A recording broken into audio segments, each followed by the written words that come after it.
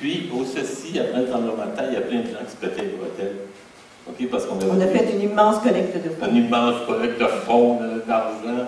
Puis, comparativement à d'autres, ça fait longtemps qu'il y a tout décaissé, c'est peut-être encore. Et là, tout le monde se sentait important. Ils vont sauver Haïti, puis on va développer Haïti, puis on va mettre fin.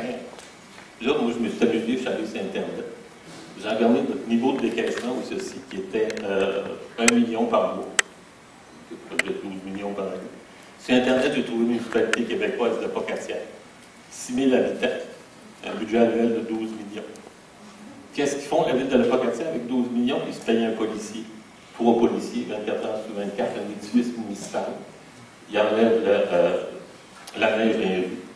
Ils ne font pas l'éducation, ils ne font pas la santé, ils ne font pas la justice. Alors que nous, ils ne font rien de tout ça pour les pays. Alors que quand on parle d'humilité, c'est aussi ça.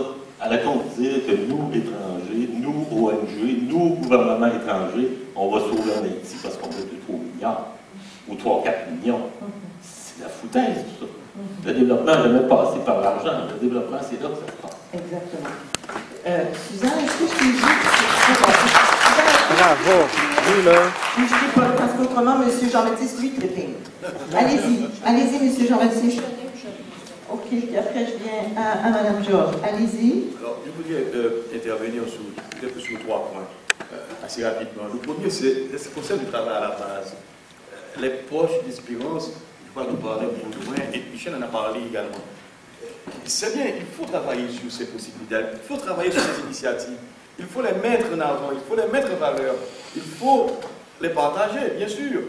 Mais le problème, c'est que si on n'arrive pas à globaliser l'espérance, on ne va pas pouvoir sortir de la situation dans laquelle nous nous trouvons.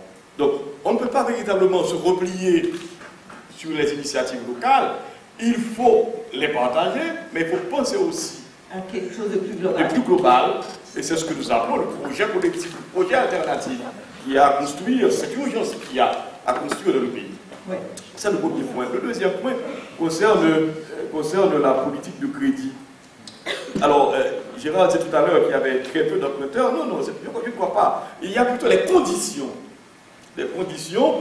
qui sont établies. Nous vivons dans une société d'exclusion. Et la majorité de la population est pratiquement exclue du système bancaire. Donc, c'est encore l'oligarchie, c'est encore les élites qui peuvent évidemment profiter et utiliser ce qu'il y a comme épargne, ce qu'il y a comme réserve financière de la manière dont ils veulent, de la manière dont ils cherchent à... Parce que de toute façon, c'est une oligarchie, c'est une élite qui vit en grande partie également aux dépens de l'État. Et le troisième point. Le troisième point, assez rapidement, concerne, je reviens au séisme. On a parlé tout à l'heure des constructeurs, etc. Et le problème, c'est que tout de suite après le séisme, on a observé une tentative de mettre hors jeu les acteurs nationaux. On est arrivé pendant 2 ans à le faire. On est arrivé, les acteurs nationaux, qu'ils soient d'ailleurs étatiques ou des organismes comme des associations communautaires, des organisations de la société civile.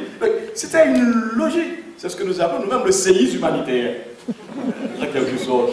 À cause de toute il y a eu un séisme humanitaire, il y a eu cette volonté manifeste de la part de certains acteurs internationaux, étrangers, de mettre hors jeu, de nous mettre hors jeu. Évidemment, on a vu maintenant les résultats. Évidemment, on ne peut pas rester nous-mêmes de notre côté à nous plaindre.